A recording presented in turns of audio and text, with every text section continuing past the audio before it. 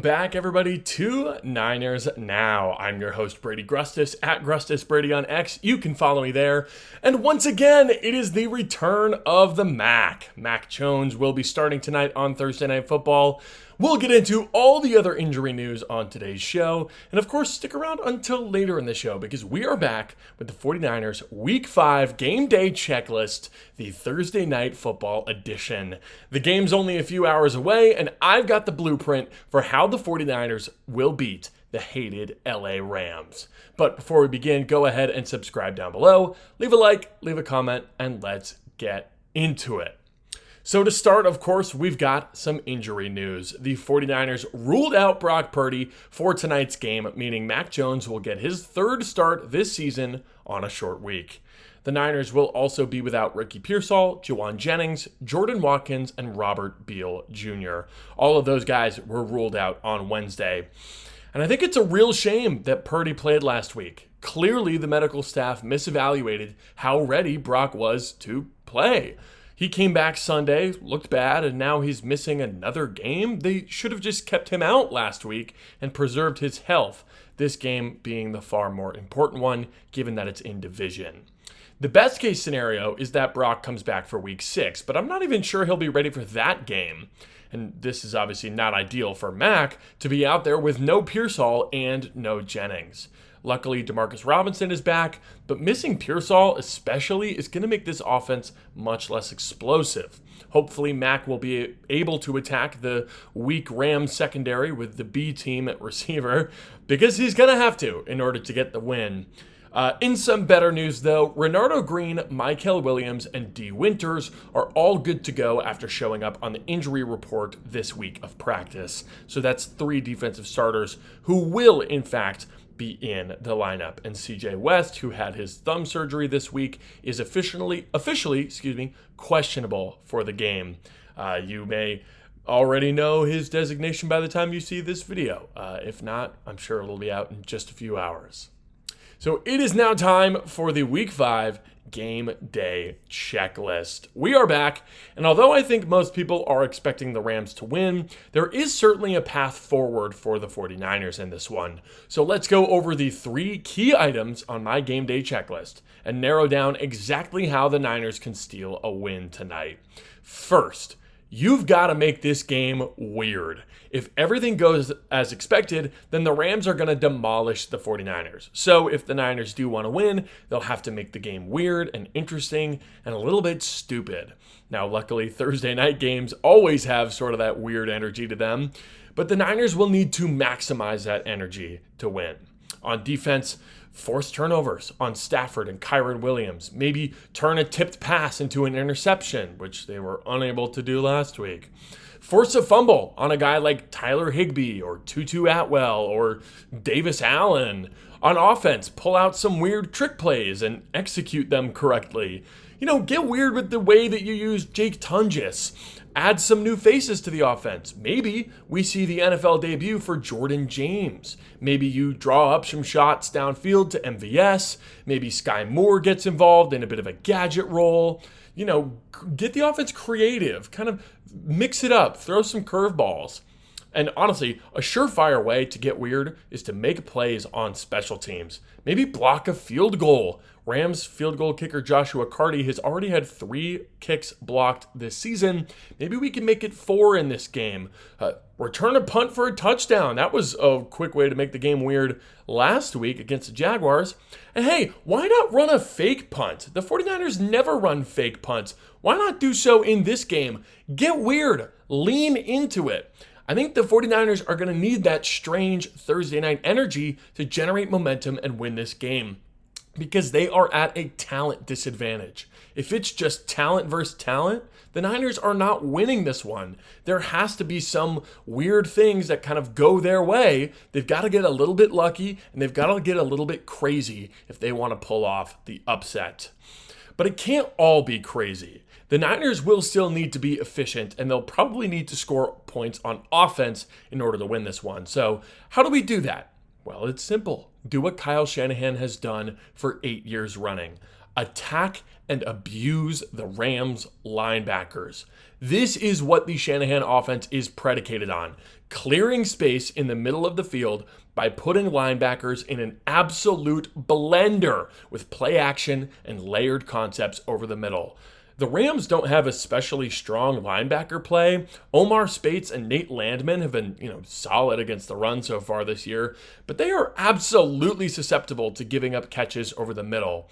If Shanahan can get the offense in a groove and get Spates and Landman guessing, I trust Mac Jones to put the ball in the right spot more often than not. Now, this is way easier said than done, right? Kyle's best at confusing the linebackers when he's using play action. It sucks the defense down to defend the run, and it leaves a ton of space over the middle.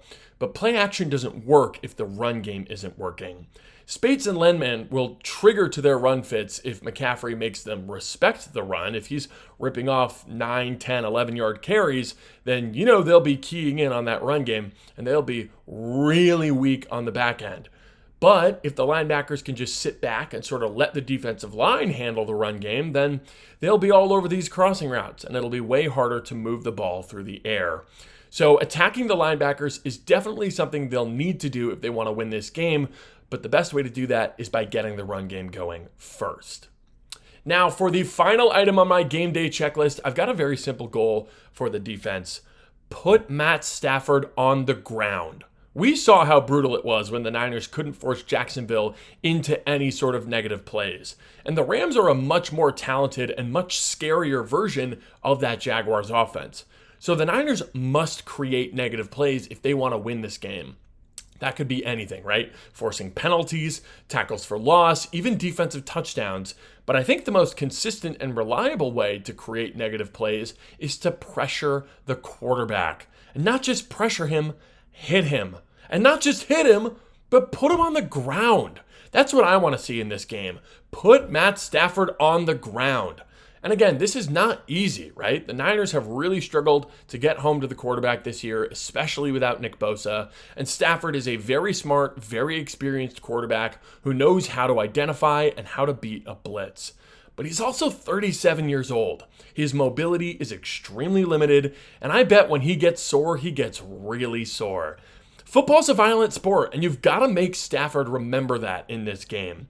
The more you hit him, the more mistakes he will make. Saleh's going to have to cook up some games and some stunts on the defensive line because the Rams' O-line is playing amazing so far.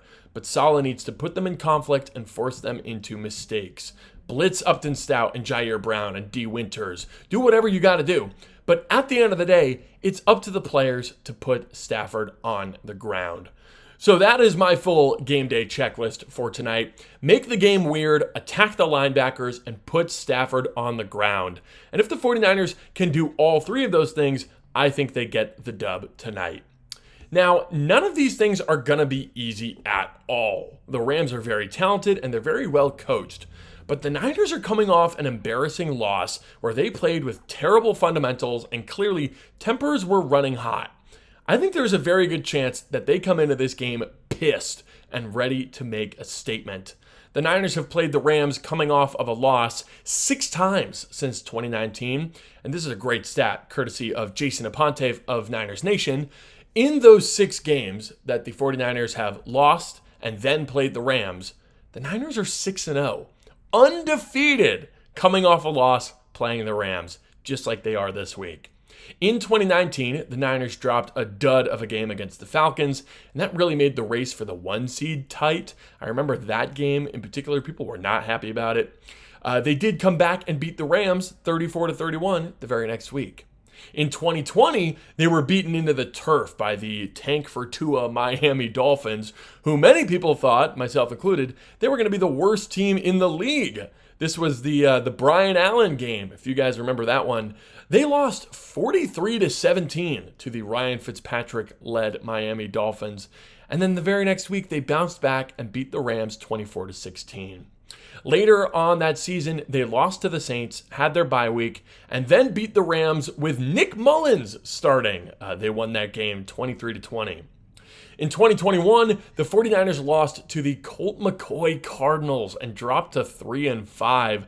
The vibes after that game were terrible. Colt McCoy, I think he was like 18 for 20 or something. He was ridiculously efficient. Felt like he didn't miss a single pass. The Cardinals got the upset, and the Niners dropped to 2 games below 500. But the very next week, they destroyed the Rams 31-10. And in 2022, Jimmy Garoppolo walked out the back of the end zone and threw a pick six on the same play against the Broncos on national TV. I'll never forget that game, and that play in particular. That was awful.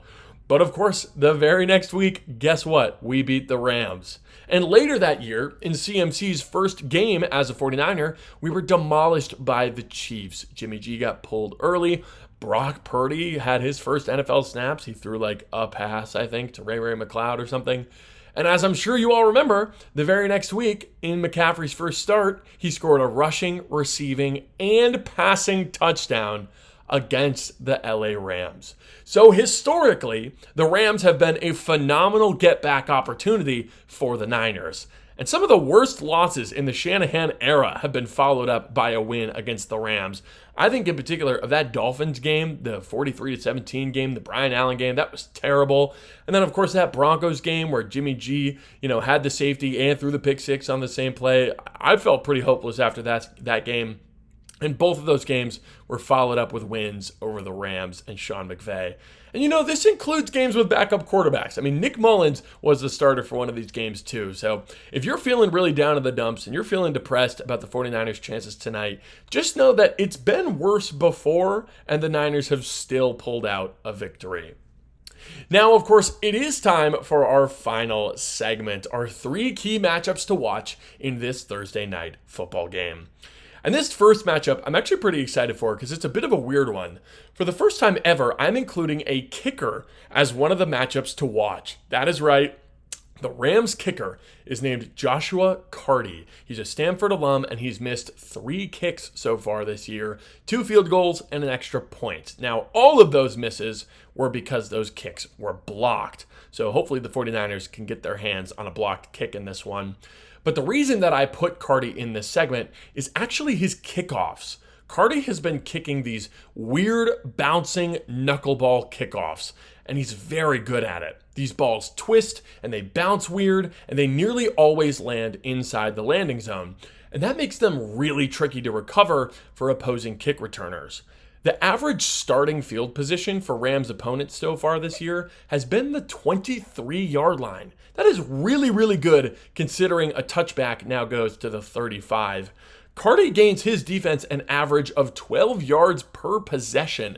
That is a huge amount, and it really adds up over the course of a game. And the 49ers returners, by the way, Sky Moore and Isaac Guerendo, do not exactly inspire much confidence.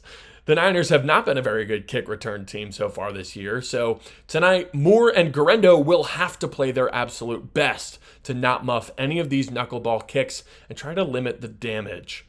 This is a huge strength for the Rams special teams, and you cannot let them gain any extra possessions from a muffed return. So Sky, Isaac, if you're listening, we need you now more than ever. Please just don't screw up. Now, for my second matchup, I want to go to the trenches. Running the ball is going to be huge in this game, and the 49ers absolutely have to get the run game going eventually. In this game, that means shutting down Poona Ford, the Rams' free agent addition on defense. He's one of the best run-stuffing nose tackles in the NFL. He's got so much power packed into a short body, and he takes full advantage of the leverage he gets on offensive linemen. In particular, Jake Brendel is going to have a very tall task containing Ford. A little ironic considering Ford is like 5'11 or whatever.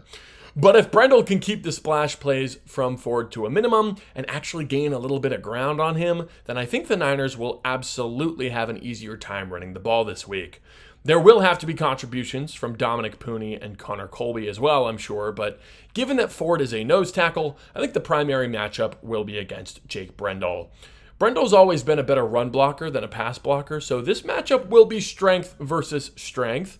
I've got a lot riding on this matchup personally. I've been a huge fan of Poona Ford for a long time, and I really wanted the Niners to bring him in this offseason. I was pissed when the Rams signed him. probably more pissed than I was when they signed Devontae Adams, in all honesty. So I really need Brendel to shut down Ford in this game. And for my last matchup to watch, we're going to stick with the trenches, but flip to the other side now. The Rams' offensive line has been really, really good so far this year. Coleman Shelton has been great at center. Steve Avila and Kevin Dotson are a top 5 guard duo in the NFL. Alaric Jackson has been very nice, coming back from his blood clot scare. But longtime right tackle Rob Havenstein is doubtful in this game thanks to an ankle injury. If Havenstein does go, you have to imagine that he'll be a little bit banged up. But if he doesn't, we'll get to see Bryce Huff against one of the Rams' backup tackles, potentially the veteran DJ Humphries. Now, Humphries, of course, was a 49er for about 24 hours when his agent incorrectly announced that he'd be signing with San Francisco. Humphries never participated in a practice and later ended up signing with the Rams. So, good riddance, I guess, to DJ Humphries. And if it's not Humphries, who has mostly played as a left tackle throughout his career, it's going to be former 5th-round pick Warren McClendon Jr. McClendon stepped in for 5 starts last year and at times even outplayed Havenstein. So regardless, Bryce Huff's going to have a tough matchup ahead. Huff did play well, despite the poor box score numbers last week, but he'll need to have more impact, whether he's lining up across from Havenstein or McClendon or Humphries in this game. He's going to have to produce. Huff is the best pass rusher on the 49ers right now, and they need him to make plays and make more of an impact. Huff is the most likely candidate to get consistent pressure on Stafford, and if you told me a Niner sacks Stafford tonight, I'll bet $50 that it's Bryce Huff. If Stafford can sit in that pocket like Trevor Lawrence did, he might throw for 400 yards in this game. That absolutely cannot happen, and Huff is our best shot at disrupting the Rams. So that is all for today's episode. Are there any matchups that you think I was forgetting about? Who do you think wins tonight, the Niners or the Rams? Unfortunately, I am going to go with the Rams, and I think it could be close for a little bit, but I have to imagine that the Rams pull away towards the end of the game. I'll go with 31-16. Let me know down below what you think, and let me know if you enjoyed. Leave a comment, leave a like, and let me know if there's any topics that you'd like to see me cover. Thank you all for watching, and subscribe for 49ers videos 5 days a week. I'm Brady Grustas, at GrustasBrady on X. This has been Niners Now, and I'll see you tomorrow.